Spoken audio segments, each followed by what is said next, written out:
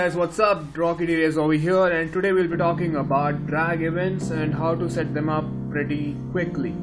So I won't be talking about the drag events yet in this video. I'll just talk about how you can make the element draggable, and also at the same time what you can do so that the mouse events go along with it to give an appealing look in the final program.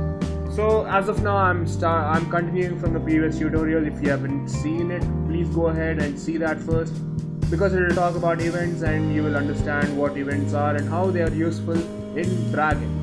So as of now, as I hover my mouse over the button, over the circle that I have created, you can see that the transparency and the color changes. That is because I have set the transparency to 0.2 over here. So I can change it back to about 0.5 and let's see what happens. Alright, so as you can see, you have a better looking button over here instead of completely transparent object. So anyways, Canva supports dragging, and that is one amazing feature in this framework. So all you need to do is you need to set the dragging ability for the element to be true. How do you do that? So anyways, before I tell you that, I'll go over a quick brief review of what we have learned before. So as usual, we have a script in which we give the address to this link, which is all the code of Canva.js in minified version. And then we have a division element with an ID bucket, which we will use over here in the container object. The container attribute in the stage object. So variable stage is created over here, and then we give a width and height followed by layer, and we create a circle with an x and y coordinates for the center of the circle, which we can, by the way, change as per our will. So anyways, after that we give a radius, we give a fill, stroke width, shadow offset, and shadow blur, and opacity. After all this done, I have mentioned in the last tutorial how to work with events. Events help us with defining such functions as mouse over and mouse out, where you can work around with how your element will change as per your interaction with it, which helps in increasing the interactivity with the website, and it generally comes out pretty fine when it comes to the client's usage or the visitors usage. Anyways, going further ahead, we have layer.add and stage.add, which are very important. If we don't have this, our code does not work. So anyways, so how you make this draggable quickly is that you set the draggable option to true. So let's run and see what happens.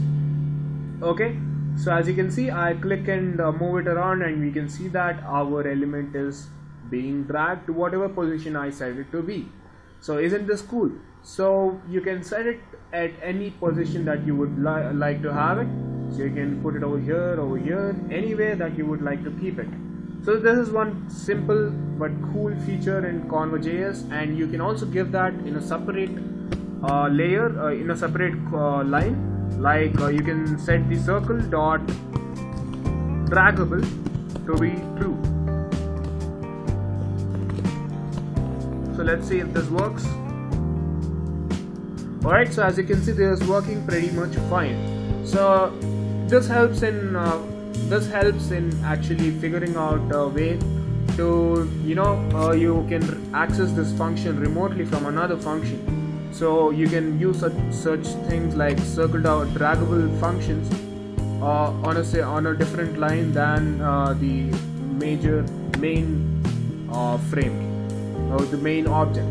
Alright, so as you can see, we already covered the dragging option, but I also would like to change over here few things. I'll create the event as mouse down, so that whenever I click on it, it will instead of hovering, it will actually glow only after I click. And over here, instead of mouse out, I'll put as mouse up, which means that whenever I release the mouse button, it generally loses its property, whichever is being changed by the mouse down, which is what happens in the basic drag option. And in general, when you drag certain things, the colors change. So anyways, let me run it and let's see what happens. Alright, so as you can see, I can when I click the button, well, it is the property is changing, but when I release it, the property is coming back. So a pretty cool way to spice things up is adding the draggable option, and when I run it, you can see that I can hold it and drag it to whatever point I want, and as long as I'm holding it, it is red in color, but as soon as I release it, it is yellow in color. So this is one terrific feature of this Convo.js, as I've been already repeating for a lot of times.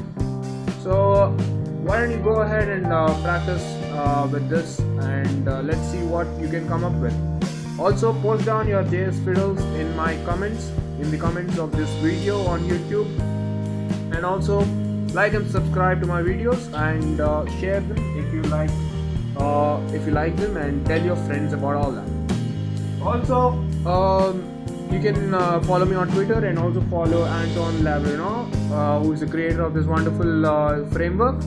And that's about it for this video tutorial. I'll see you in the next tutorial. Thanks a lot for watching. Bye bye.